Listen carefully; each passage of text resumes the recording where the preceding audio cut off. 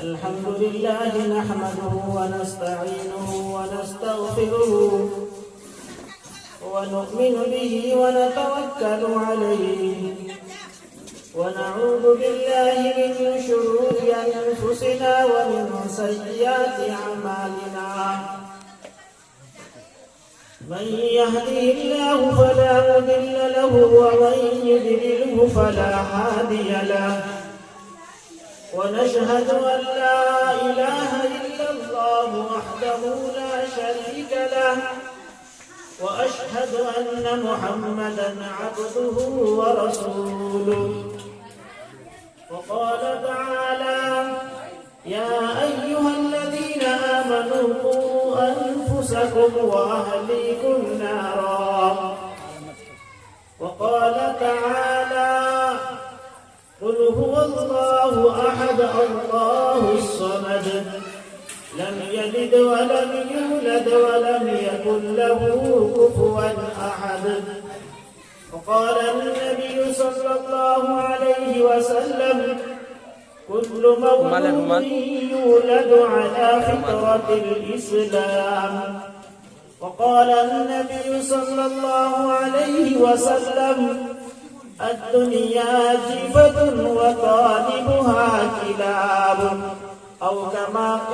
قال عليه الصلاة والسلام اللهم صل على محمد وعلى آل محمد في أول كلامنا اللهم صل على محمد وعلى آل محمد في أوسط كلامنا اللهم صل على محمد وعلى آل محمد في آخر كلامنا رب اشرح لي صدري ويسر لي أمري واحلل عقدة من لساني يفقهوا قولي رب زدني علما رب زدني علما رب زدني علما محترم حضرات عزیزان گرامی قدر منزلت نوجوانان اسلام اللہ تبارک و تعالی کا بے انتہا احسان و کرم ہے اس نے ہم سبوں کو دین کی مجلس میں بیٹھ کر کچھ کہنے اور سننے کی توفیق عطا فرمائی ہے تلاوت فرمائی ہے اور ساتھ میں پیارے نبی کریم صلی اللہ علیہ وسلم کے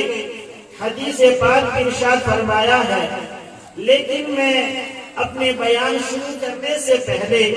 ایک دو بات گزارش یہ کروں گا کہ الحمدللہ اللہ تبارک و تعالی نے ہم سبوں کو دین کی مجلس میں بیٹھنے کی توفیق عطا فرمائی یہ اللہ کا لاکھ لاکھ شکر ہے حدیث پاک میں ہے پیارے نبی کریم صلی اللہ علیہ وسلم نے ارشاد فرمایا ہے کل قیامت کے دن ایک آدمی کو لایا جائے گا اس کے پاس نماز نہیں ہوں گے اس کے پاس روزہ نہیں ہوں گے اس کے پاس حج نہیں ہوں گے اس کے پاس زکوٰۃ نہیں ہوں گے اس کے پاس صدقات نہیں ہوں گے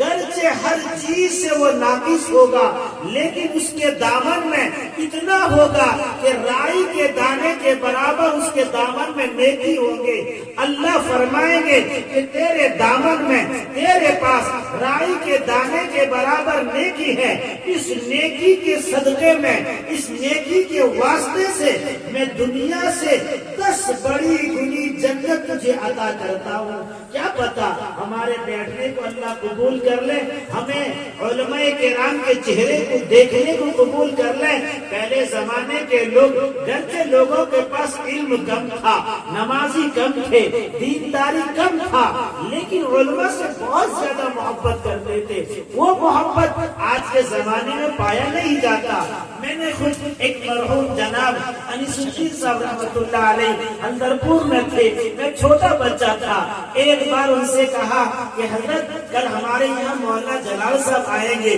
تو مجھ کو کہنے لگے مولانا تم کو معلوم ہے اس وقت مدرسے میں پڑھتا تھا کہ علماء کے چہرے کو دیکھنا بہت بڑی عبادت ہے اور فرمایا کہ ایک آدمی کو اس واسطے دیکھا تھا حضرت مولانا مولانا جلال صاحب رحمت اللہ علیہ سے بہت محبت کرتے تھے. علماء کے چہرے کو دیکھنا، ایک دین کی مجلس میں بیٹھنا. حدیث پاک میں ہے پیارے نبی کریم صلی اللہ علیہ وسلم نے ارشاد فرمایا ہے مجلس کا تعارف، مجلس کے تخصص اس اعتبار سے نہیں کی گئی ہے کہ مجلس چھوٹا ہو، مجلس بڑا ہو، 2-4 آدمی ہو، 2000 آدمی ہو، سب برابر ہے. حدیث پاک میں ہے اگر کہیں اللہ کا ذکر ہوتا ہے، اللہ کا تعارف بیان کیا جاتا ہے، اللہ کی بڑائی بیان کیا جاتی ہے، اللہ کی کبریائی بیان کی جاتی ہے، تو فرشتے جو گھومتے ہیں، جو کسی امور میں مامور ہیں،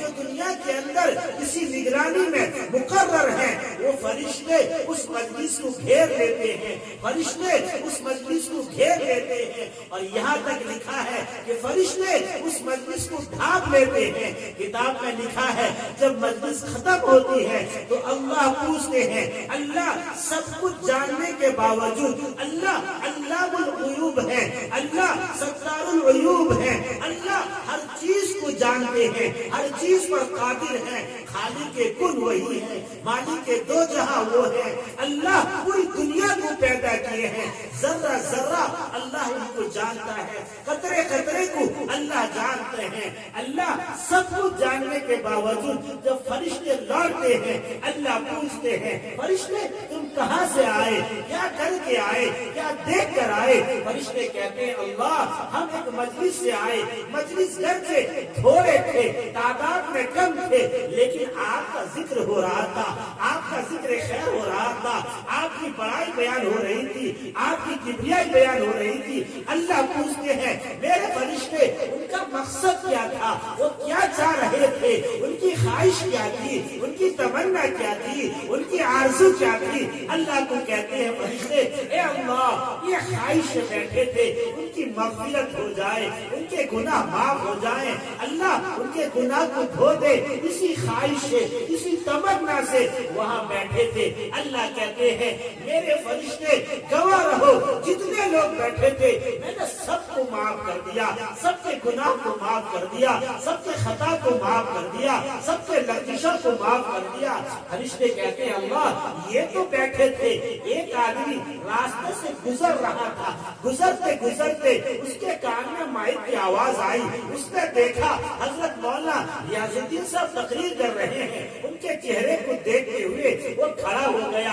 کچھ دیر سننے لگا. اللہ کہتے ہیں جا فرشتے تم گواہ رہنا، میں نے اس کو بھی معاف کر دیا. فرشتے کہتے ہیں اللہ وہ مکمل بیٹھا نہیں ہے، مکمل تقریر سنا نہیں ہے، آپ کیسے معاف کرتے ہیں؟ اللہ کہتے ہیں بیٹھنے والے کے صدقے میں نے اسے معاف کر دیا. میں ایک کتاب مطالعہ کر رہا تھا، اس کتاب میں لکھا ہوا تھا ایک شخص نے ایک عالم کے پاس آیا، غالباً حضرت مولانا امام راضی رحمت اللہ علیہ کا واقعہ ہے. ان کے پاس آیا اور آ کر کہنے لگا حضرت یہ جو علماء کرام کے ہاتھ کو چومتے ہیں، علماء کرام کے ہاتھ کو لوگ بوسہ لیتے ہیں، کیا یہ درست ہے، کیا یہ جائز ہے، کیا یہ صحیح ہے؟ حضرت امام راضی رحمت اللہ علیہ فرماتے ہیں بیٹا میرا دوست تو کل آ، میں تجھے اس سوال کا جواب بتا دوں گا، اس سوال کا جواب میں تجھے کل دے دوں گا. وہ آدمی آتا ہے، دوسرے دن آتا ہے،